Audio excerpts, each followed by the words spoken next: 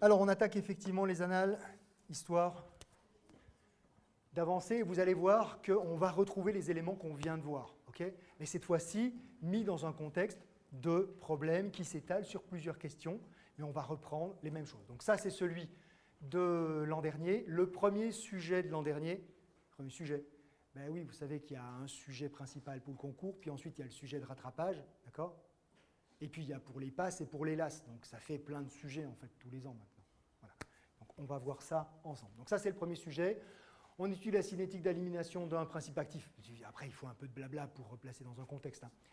En suivant sa concentration sérique, c'est juste pour se la péter, ça veut juste dire dans le sérum, d'accord, hein, voilà, point. Oups. Les résultats sont présentés dans le graphique suivant. Donc P, c'est la concentration du principe actif. Donc on sait ce qu'on est en train de suivre, d'accord? Le machin qui est en train d'être éliminé, donc c'est un réactif. Bon, en même temps, c'est une évidence puisqu'on voit que la concentration, elle décroît. Hein. Donc ça prend la place du réactif. Vous avez les trois courbes qui sont déjà tracées. Alors, ça veut dire quoi ça? Ben, on aurait très bien pu vous donner les valeurs, vous donner les graphiques, et c'est vous qui les tracez. Mais vous voyez que ça prend beaucoup de temps. Là, en gros, on a gagné beaucoup de temps en vous filant directement les graphiques qui sont tracés. Mais ça veut dire qu'à contrario, les valeurs, vous les avez aussi. Simplement, il faut les relire sur les graphiques. Okay? Pas de problème. Ça simplifie les choses. C'est-à-dire que ces graphiques-là étaient dans le sujet? Oui, les graphiques, ils sont dans le sujet. D'accord? Dans le sujet, ils sont directement imprimés.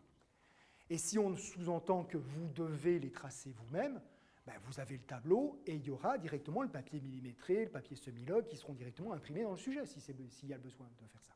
Voilà, ce sera directement dedans. Hein. Vous n'avez rien à amener. À la limite, prenez une règle, ça pourra toujours être utile si vous avez des traits à faire, que ce soit à peu près correct, pas aussi lamentable que ce que je fais moi sur mon écran. Voilà, ce sera toujours plus propre, mais à part ça, normalement, vous avez besoin de rien d'autre. Donc, la question qui vient tout de suite, parce que c'est par là qu'on démarre, hein, c'est le point le plus important pour pouvoir faire la suite, okay, c'est, bon, ben voilà, quel est l'ordre de la réaction? Sachant que vous voyez que dans les propositions qu'on a ici, on a les 0, 1, 2, c'est ce qu'on a étudié ensemble. Okay, et puis, il y a la réaction n'admet pas d'ordre. Ben oui, si aucun de ces graphiques-là ne correspond à des critères qui ont été définis dans le cours, c'est que la réaction n'admet pas d'ordre. Ça ne veut pas dire qu'on ne peut rien faire, hein. Juste dire que non, la réaction ne met pas d'ordre. Ben voilà, point. On pourra faire quand même des choses. Mais ce n'est pas là. Et puis, les données ne permettent pas de répondre à la question. C'est peut-être imaginer que les graphiques là ne servent à rien. Voilà, juste, ils n'ont rien à voir avec l'histoire. Il me fallait une cinquième réponse. On va être d'accord, voilà. Donc, et j'étais à court d'idées. Mais globalement, ce n'est pas impossible, hein. La réponse, des fois un peu tordue, ça peut être la bonne réponse. On le verra un peu plus tard. Okay, oui, je vous rappelle quand même qu'au premier semestre, hein, on a vu en ED un exercice complet d'examen portant sur l'oxydoréduction, sur une réaction qui n'était pas une réaction d'oxydoréduction. D'accord? On l'a fait ensemble. Et c'était parfaitement légitime, puisque tout le sujet reposait sur des questions qu'il fallait vraiment se poser pour savoir si c'était de l'oxydoréduction. OK? Donc, on a ça. Normalement, ça devrait aller vite, hein. Je vous mets sur la bonne question pour que vous puissiez répondre. Vous répondez super vite, parce que là, ça encore une fois, hein, c'est ce que j'ai dit tout à l'heure, ça, c'est des points à prendre instantanément. Ces points-là, il ne faut pas les perdre. D'accord? C'est dommage, quoi. Voilà, juste vraiment, c'est dommage de perdre ces points-là.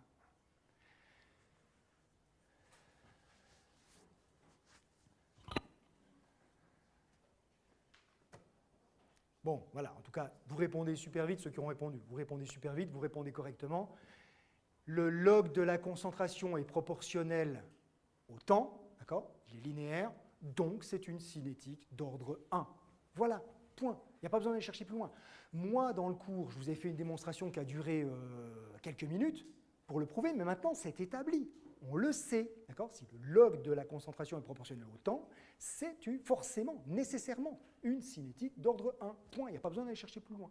Okay? Ça, c'est établi. OK? Il n'y a rien à redémontrer. C'est acquis. C'est une condition nécessaire et suffisante. Bon, ben voilà. C'est le log de P. Et donc, c'est une cinétique d'ordre 1. Parfait, pas de souci. Quelle est la valeur du temps de demi-réaction par rapport au principe actif en heures? Je vous mets sur la bonne question. Voilà. Donc évidemment, hein, si vous avez tiré les sujets, c'est plus facile de le faire sur votre feuille ou directement. Et c'est bien ce qu'on a à faire hein, quand vous êtes dans le sujet, d'accord ? Si vous avez des trucs à tracer, vous le tracez directement sur votre sujet. Okay ? De toute façon, le sujet, on le ramasse à la fin. Donc vous pouvez faire ce que vous voulez dessus. Hein. Donc s'il y a des trucs à tracer, c'est supposé être utilisé comme ça. D'accord ? Vous pouvez utiliser le sujet comme support. Ça pose aucun problème.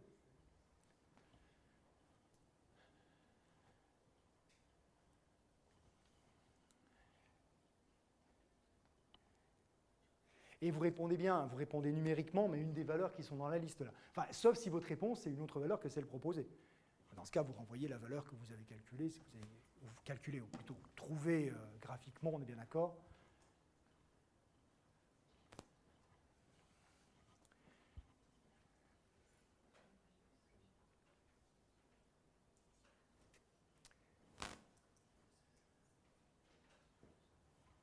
Alors, 1, c'est bien réactif, c'est décroissant, d'accord ? On est parti de la valeur initiale, le temps de demi-réaction, c'est quand on aura divisé cette concentration par 2. Ben, ça se fait graphiquement, voilà. Et ce que je vois comme résultat, c'est la bonne manière de faire. Tiens, il n'y en a pas un ou une d'entre vous qui aurait une règle ou un truc comme ça qui pourrait me servir de... Tu me la réclameras par contre. Merci beaucoup. Donc, on est parti de 2,7. Donc, ça va faire aux alentours des 1,35, quelque chose comme ça.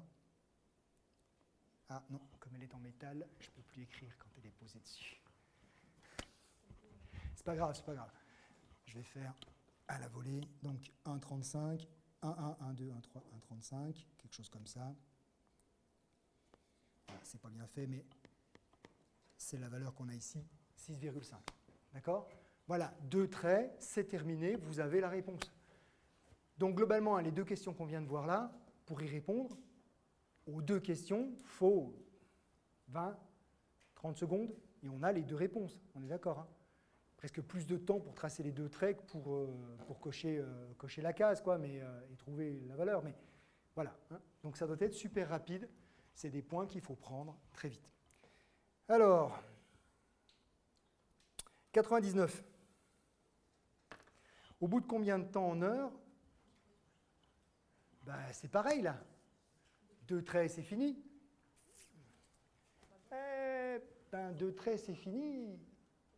Est-ce qu'on est tous bien d'accord que là, ce n'est pas possible de le faire graphiquement ? Parce que si on est à 99%, d'accord, il reste 1%.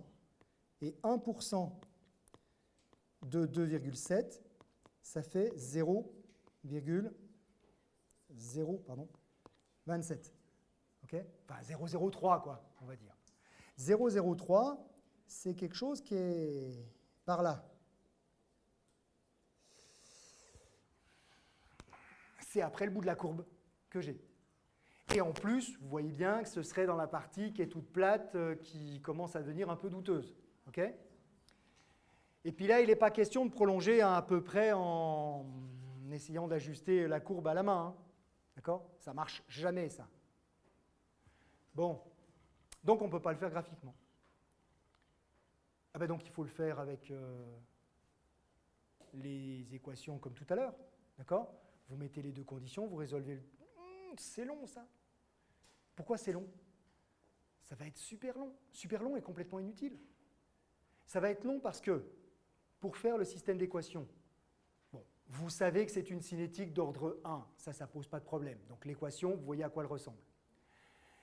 Mais pour faire le calcul, vous avez besoin de A0. Pas de problème, le A0, on l'a là, c'est 2,7. Et vous avez aussi besoin de K, vous vous rappelez ? K, c'est la pente.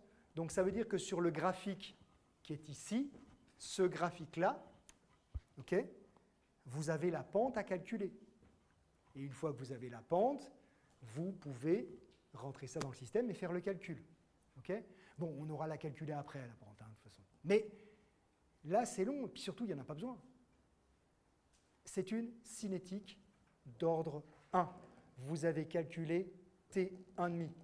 On a vu ensemble, en cours, que pour une cinétique d'ordre 1, T99, c'est aux alentours de 7 fois T1,5. D'accord ? Donc,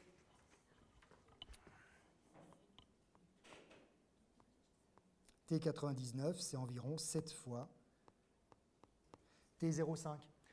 T05, c'était 6,5. 6 fois 7, 42. Avec les 0,5 qu'il y a derrière, ça fait à peu près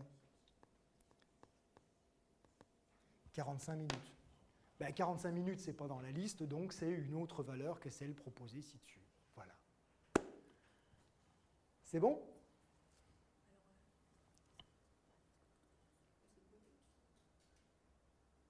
Ça va? Ouais? Pas de souci? Alors effectivement, hein, là, il y a un petit truc, mais cette règle des 7 fois pour l'ordre 1, si vous faites les études, alors que ce soit pharmaceutique d'ailleurs ou médical, on la retrouve régulièrement parce qu'il y a énormément effectivement de principes actifs de médicaments qui sont éliminés à travers des cinétiques qui ressemblent à des cinétiques d'ordre 1. D'accord? Et donc cette règle du x7, ben, on la retrouve extrêmement souvent. Mais c'est bon, voilà, on mesure le T1,5, ben, dans 7 fois ce temps-là, on peut considérer qu'il n'y a plus de traces, en tout cas plus significativement de traces du principe actif dans l'organisme, quoi. Voilà. Et vous allez la retrouver régulièrement. Okay? Donc il faut la garder en mémoire. Mais attention, hein, ça marche que pour l'ordre 1. Hein. Que pour l'ordre 1, pas pour les autres. Allez, on continue. Alors, quelle est l'expression de la forme intégrée de l'équation? Vous avez vu comme c'est long, comme un petit... Oui, ben, il n'y a pas de manière plus facile, plus rapide de dire que la forme intégrée de l'équation de vitesse de la réaction. Voilà. Il n'y a pas de terme plus court. Donc il faut l'écrire. Voilà. À quoi elle ressemble? Vous avez déjà correctement répondu que c'était une cinétique d'ordre 1. Vous avez calculé T1,5, vous avez calculé T99, et maintenant, ça c'est la question, la question c'est pareil, qui doit prendre pratiquement, allez, on va dire 15-20 secondes pour répondre. Juste parce que, si vous réfléchissez un tout petit peu, à la limite, je dirais même que même si vous n'aviez jamais fait de cinétique, vous pouvez répondre correctement à cette question-là. Non, non, réellement. Parce que les 5 propositions qu'il y a là-haut, est-ce qu'on est d'accord que ce sont toutes des équations de droite? Ben oui, elles sont toutes linéaires, d'accord? Linéaire en log, linéaire en concentration ou linéaire en 1 sur la concentration, mais c'est toutes des équations de droite. Sauf qu'on voit bien qu'il n'y a qu'un seul des graphiques qui présente une droite. D'accord? Donc ça veut dire que, de facto, ce truc-là avec la concentration qui serait linéaire, on voit bien que ce n'est pas vrai. D'accord? Et les deux qui sont là, où c'est 1 sur P qui serait linéaire en fonction du temps, on voit bien que ce n'est pas vrai. Donc ces 3 propositions-là, elles sont éliminées juste en les regardant. Et si vous ne savez pas ce que c'est que la cinétique, ça ne change rien. Ça reste vrai. D'accord? Et on peut même aller un cran plus loin. Là, la pente, on voit bien qu'elle est négative. Donc ça veut dire que cette proposition-là, elle est forcément fausse aussi. Ah ben tiens, il n'en reste plus qu'une. Voilà. Vous n'avez jamais fait de cinétique et vous pouvez répondre quand même. On est d'accord? C'est même pas lié à la cinétique, là. Je veux dire, c'est juste regarder ce qu'on a. Bon, après, en ayant fait un peu de cinétique, c'est juste une évidence, on est d'accord. Ça revient, évident. Mais même si on n'en a pas fait, de toute façon, on répond bien à cette question-là quand même. Ça va? On passe à la suivante? C'était pas aussi évident que ça dans vos réponses, hein, on est d'accord? Mais j'espère que maintenant, ça va être clair. D'accord? Parce qu'il y avait un partage entre le moins K et le plus K. Hein? Et maintenant, il ne doit plus y avoir d'erreur. Proposition suivante. Ça, c'est la question qui devrait toujours apporter des points, mais qui pose toujours problème. D'accord? On va la régler une bonne fois pour toutes. Vous allez avoir la méthode, celle qui marche quand on est en examen, et puis on règle le problème, vous prenez tous les points sur cette question-là. Quelle est l'unité du coefficient de vitesse de la réaction? Enfin, tous les points si vous avez répondu correctement aux phrases d'avant, parce que, évidemment, ce que vous savez, c'est que l'unité de K dépend de l'ordre de la réaction. Donc, si vous êtes planté en définissant l'ordre de la réaction, forcément, celle-là, vous ne pouvez pas l'avoir juste. Mais si vous avez juste l'ordre de la réaction, celle-là, vous ne devriez jamais l'avoir fausse. Elle devrait toujours être correcte.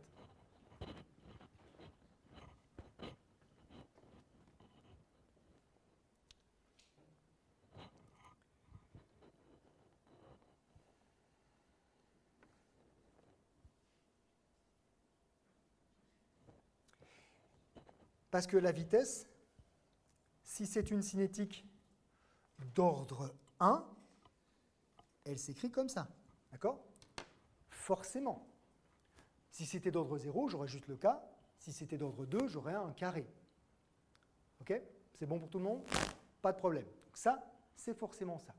Mais dès l'instant où vous avez écrit ça, vous avez la réponse, puisque vous connaissez les unités de presque tout là-dedans, sauf justement de K. La vitesse, on n'a qu'à regarder sur le côté, d'accord? Enfin, c'était ce qui était donné au début, d'accord? C'était une concentration. Donc c'est une concentration divisée par un temps, ici, puisqu'on était en concentration. On peut être en quantité, hein, ça peut arriver, mais là on était en concentration. Concentration par rapport à un temps. De l'autre côté, cette concentration puissance 1, ben, son unité, c'est une concentration, d'accord?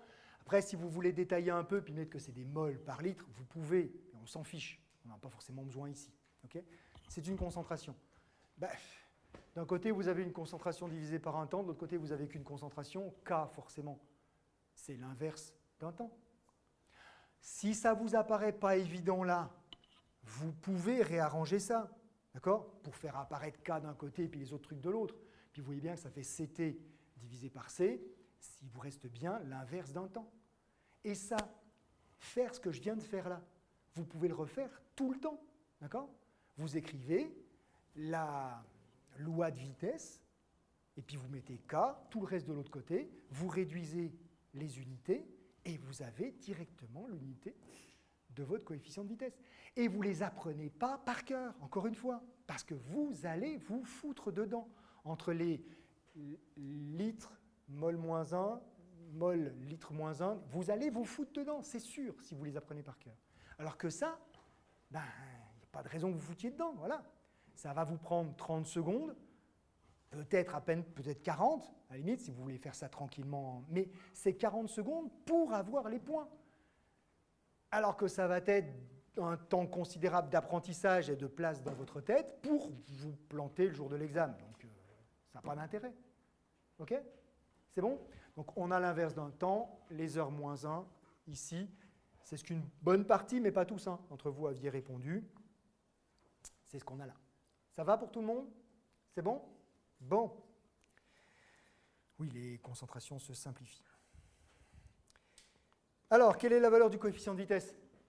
Donc, c'est le truc dont on avait besoin tout à l'heure, hein, pour calculer T99 très précisément, d'accord? Voilà. Mais, ou T1,5, je ne sais plus ce qu'on avait à calculer tout à l'heure, T1,5. Donc, qu'on peut faire précisément, mais on vous le demande ici, d'accord? On sait quelle est son unité, c'est les heures moins 1, maintenant on veut la valeur. Et vous voyez que dans les propositions, on a des valeurs numériques et puis ce n'est pas calculable sans calculatrice. Bizarre cette phrase-là. Oui, mais vous, à l'examen, vous n'allez pas avoir de calculatrice. Donc il se peut très bien que la chose soit calculable, mais pas de tête, ou pas simplement sur une feuille. Juste, c'est super facile à calculer si j'ai une calculatrice, mais si j'en ai pas, ben, je suis planté. D'accord? Donc ça peut être la bonne réponse. C'est bon?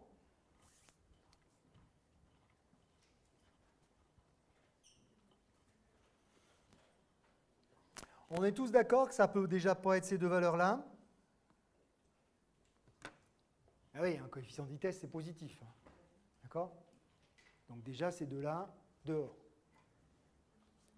On élimine toujours les valeurs qui ne sont pas cohérentes, d'entrée.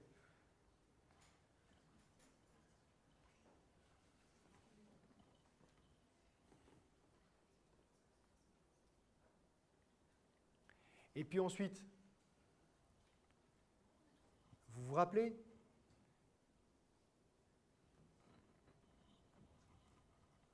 La droite que j'ai là, c'est la transcription physique de la loi de vitesse intégrée. D'accord? Et je sais déjà que c'est une loi de vitesse d'une cinétique d'ordre 1, donc elle s'écrit sous cette forme-là. Ce qui veut donc dire que si ça, c'est l'équation de ça, d'accord? K, c'est juste l'opposé de la pente. Parce que la pente, c'est moins K, c'est ça. D'accord? Cette pente-là. Voilà. Vous savez tous calculer la pente d'une droite. Et si vous n'êtes pas sûr de répondre oui à cette question-là, ben vous avez quoi, 1 mois et demi, 2 mois pour être sûr de répondre correctement à cette question-là. OK? Voilà. Et puis, ben voilà, il suffit de la calculer. D'accord? Vraiment, il y a qu'à. Et c'est le premier calcul qui est demandé depuis le début, hein, quand même. Premier vrai calcul qui est demandé depuis le début. Hein.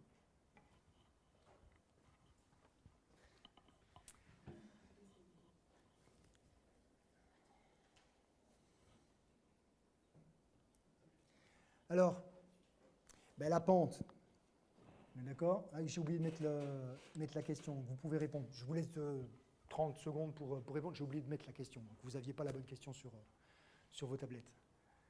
Tablette ou téléphone ou ordinateur ou ce que vous voulez, hein, on s'en fiche.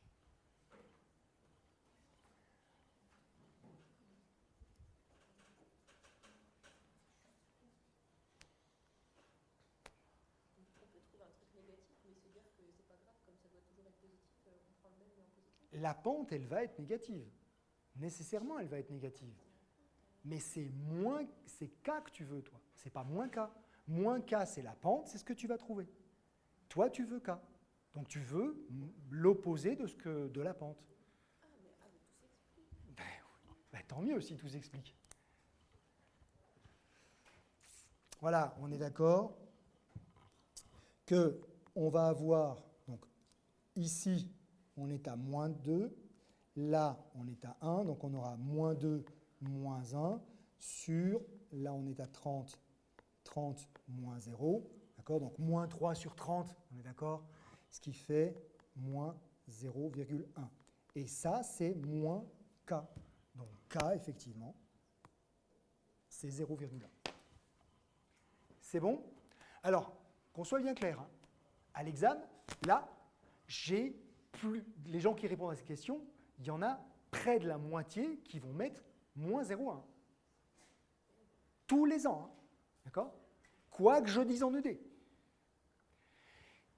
Pas forcément, d'ailleurs, pour une bonne partie d'entre eux parce qu'ils n'ont pas compris, mais il faut que vous pensiez qu'il y a le stress de l'examen qui se rajoute dessus. J'ai trouvé une valeur, elle est dans la liste, bah, c'est forcément la bonne. Non, parce qu'en l'occurrence, les valeurs qui sont proposées, c'est des valeurs qui sont là aussi pour distraire. Et un bon distracteur, c'est une valeur qui est plausible, fausse, mais plausible. Okay ?